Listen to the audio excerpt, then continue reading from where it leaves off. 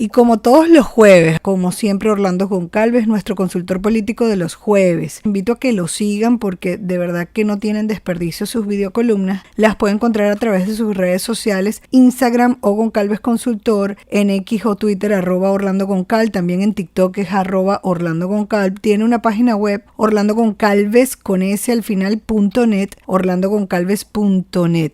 ¿Cómo estás, Orlando? Bienvenido. Muy bien, Mariale, por supuesto, feliz de estar siempre con ustedes y con la audiencia. Seguimos hablando de una comunicación política moderna y tú vienes dando esas claves, esos tips que son bastante importantes. ¿Esta de qué se trata? Esta se trata sobre estrategia de ataque y defensa, que es algo que a los políticos les llama poderosamente la atención. La mayoría cree que atacar es una gran estrategia y no necesariamente, porque el principio básico de una estrategia de ataque es entender que esto siempre es una operación de resta. Cuando tú atacas a un adversario, lo que se busca es infringir un daño reputacional en el adversario y que éste pierda favorabilidad en el electorado y que por supuesto se evidencie en las encuestas. Ahora, lo que hay que tener claro, y es lo que hay que medir antes de atacar, es que esto puede ser una operación de alto riesgo y que si está mal calculado se puede revertir. Te lo ejemplifico. El objetivo de un ataque, como dijimos que esto siempre es una operación de resta, es entonces hacer que mi adversario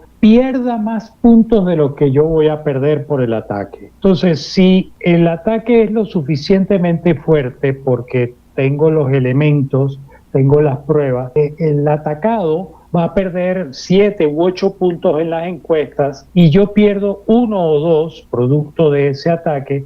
Bueno, es un balance positivo y vale la pena ejecutar el ataque. Sin embargo, si yo ataco y el adversario pierde un par de puntos y yo pierdo otro par de puntos, la verdad es que el balance es negativo y no tiene ninguna lógica atacar. Claro que el tema del ataque es dependiendo de qué tipo de ataque, ¿no? Porque hay un manejo de estrategia en este momento que se está yendo más hacia el tema personal de lo que tú pudieras atacar políticamente, quizás de lo que tiene que ver con la política o del plan político del adversario. Ya se está yendo a veces a lo personal y cuando tú te vas a lo personal es que ya te estás quedando sin argumentos de alguna manera. Y hacerlo también en qué momento, cuál es el timing. Partamos de lo siguiente. El ataque es una operación para lograr un objetivo estratégico, no para satisfacción personal de quien ataca. Entonces, atacar los temas personales, familiares, en el fondo se te devuelve, en el fondo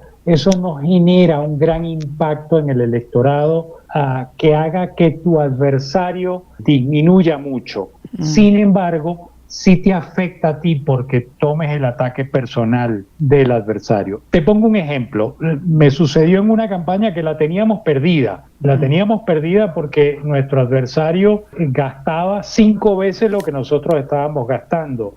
No había manera de competirle. Sin embargo, Dios protege siempre al inocente. El señor vivía en un condominio cerrado, de casas cerrado, y un buen día hubo un escándalo en su casa y la mujer comenzó a tirarle las cosas por la ventana. Tuvimos la fortuna de que un vecino grabó la escena y el señor salió sin camisa a recoger sus cosas, la mujer lo corrió de la casa. Bueno, cuando los vecinos hablan con la mujer le dice es que él me pegaba y me harté. Bueno, ¿qué hicimos? Buscamos una asociación de mujeres que se dedicaba a defender los derechos de las mujeres, les contamos el caso salió en los medios, por lo tanto, estas mujeres pidieron a un juez que por noticias crímenes averiguara el tema.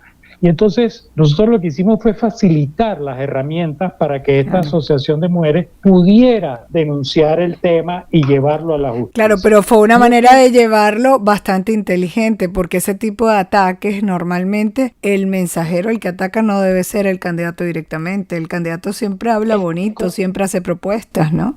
Es correcto, pero aunque era un tema personal, era un tema grave, porque era un tema de agresión a una mujer. Entonces, también teníamos una responsabilidad con el electorado de que el electorado se enterara qué clase de candidato estaba de por medio. Claro, porque va a ser una persona pública y debería ser un ejemplo, un líder. Entonces hay que tener mucho cuidado con eso, porque, repito, en lo personal a mí no me gusta meterme con los temas personales de los candidatos. Claro. Yo busco hechos de corrupción, yo busco actuaciones pasadas, yo busco cosas que yo pueda probar y comprobar. Sí, porque es que lo volvemos algo como que de más bajo nivel, como más de farándula, cuando deberían ser los líderes de altura. Eso de alguna manera también daña las campañas políticas, la propia democracia, ¿no? Así es, totalmente. Otro elemento, por ejemplo, que tenemos que evaluar es la capacidad de respuesta del adversario. Es decir, si yo voy a golpear a mi adversario, yo lo voy a atacar, él no se va a quedar de brazos cruzados, probablemente responda. La pregunta es, ¿tiene municiones con las cuales responder? ¿O yo me estoy arriesgando a darle un golpe y a recibir una docena de golpes porque él tiene más poder de fuego hacia mí, porque él tiene información que yo no sé que tiene, o porque yo, candidato, tengo unos puntos débiles que son públicos y que me van a atacar por ahí? ¿Para qué me voy a meter en el lío de atacar a un adversario si yo tengo el techo de cristal? No tiene ningún sentido. Entonces hay que ser cuidadoso con esto también, porque uno tiene que medir antes de atacar, bueno, qué tanta fuerza va a emplear el adversario para el contraataque.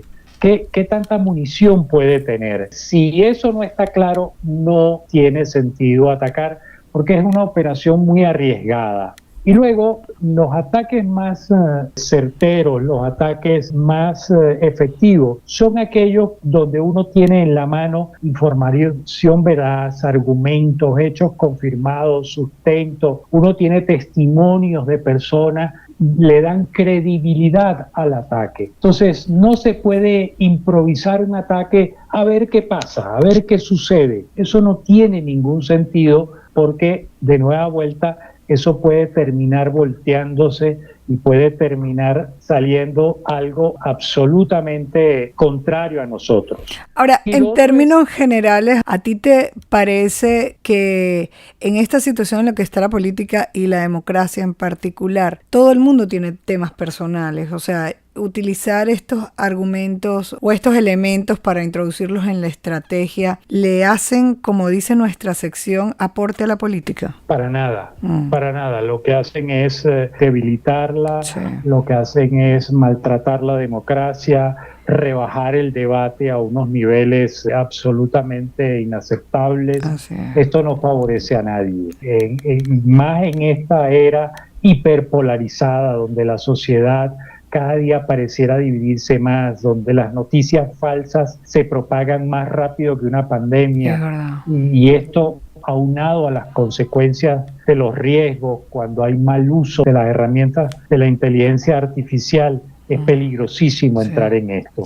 Entonces, siempre debe prevalecer una estrategia inteligente, sensata, antes de tomar la decisión de atacar, porque, reitero, la operación de ataque siempre es una operación de resta, y uno tiene el deber de informar al electorado sobre situaciones muy puntuales del otro. El señor es un ladrón, el señor se robó, el señor abusó de una mujer, el señor le pegó a una mujer. Esas son situaciones de carácter personal, pero que tienes tú el deber moral y cívico de exponer para que el electorado sepa a ciencia cierta quién tiene por delante. Pero de resto, los ataques tienen que estar muy bien sustentados por errores que haya cometido en administraciones pasadas, por hechos de corrupción, por irresponsabilidades en el ejercicio del presupuesto público, etcétera, etcétera. Te preguntaba yo acerca del timing. El timing depende mucho de las circunstancias, depende de la situación. Por ejemplo, en una campaña entendimos que un señor que era dueño de una universidad privada y rector de la universidad, el señor ni siquiera era graduado universitario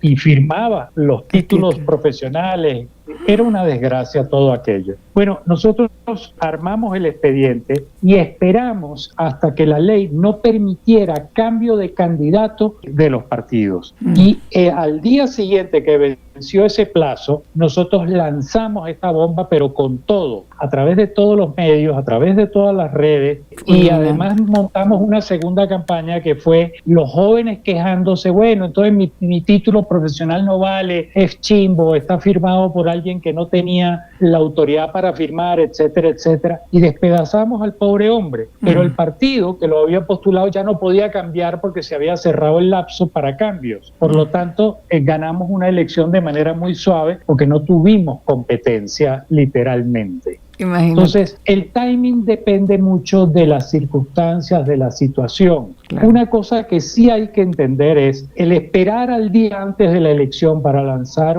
una bomba de ataque probablemente no resulte porque se requiere de cierto tiempo para que la gente lo conozca. Y lo entienda y lo internalice. Entonces a veces necesitas semana y media, 2 semanas para que esto penetre en todas las capas y se instale el tema en la mente de la gente. Sí, hay muchos factores allí que afectan, ¿no? Porque también la diferencia que puede haber entre uno y otro, pues eso también tiene que estudiarse. Por eso hay que buscar a los profesionales a la hora de que usted quiera hacer una campaña, hacerlo a través de amigos como Orlando Goncalves. Es una campaña seguramente de altura. Orlando Goncalves, consultor político, agradecemos tu participación como siempre todos los jueves. Lo vuelven a escuchar el próximo jueves y también síganlo en sus videocolumnas. Él las tiene completitas en las redes sociales, en su página web orlandogoncalves.net, @Goncalves Consultor en Instagram, en Twitter o X, y en TikTok está como @Orlando Goncalves. Muchísimas gracias, Orlando. Siempre a tus órdenes, un gusto y un gran abrazo.